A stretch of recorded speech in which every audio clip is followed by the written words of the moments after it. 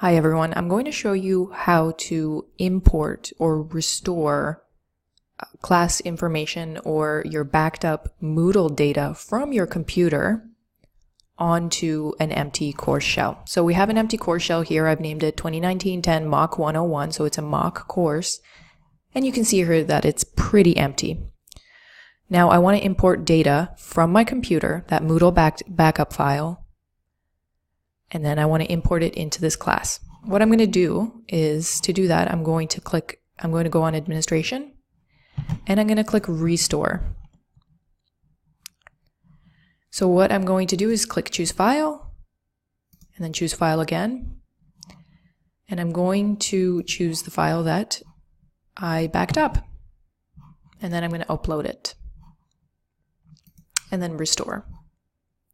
Now you can see here that my filters and course activities and resources were all included, but my grade history wasn't. That's because I didn't have a grade book set up. And my users aren't included, of course, because I did not include enrolled users, because you never want to include enrolled users in a backup. Okay, so everything that I need was backed up except for, the user information, which we do not want. I'm going to click Continue.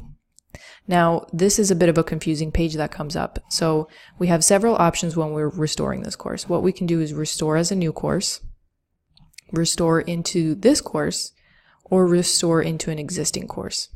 What I'm going to do is, because I've already gone to the page that I want to restore into, I am going to restore into this course, and I'm going to delete the contents of this course and then restore.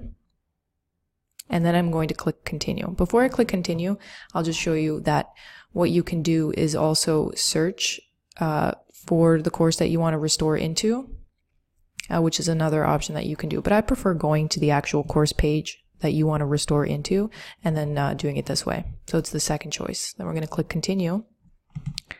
Include enrollment methods? No. We're going to choose to not include that. Then click Next. And I'm just going to go to the bottom of the page. These defaults are pretty good. Click Next. And again, scroll to the bottom of the page and perform this restore. So this might take a few seconds to load, depending, of course, on the size of the course. And then we're going to click Continue. So you can see here that in my 2019-10 Mock 101 course, information that I had backed up from the faculty Moodle page was added into this page. So all the information was added except, of course, the user data. When you're doing a backup, you never want to add user data.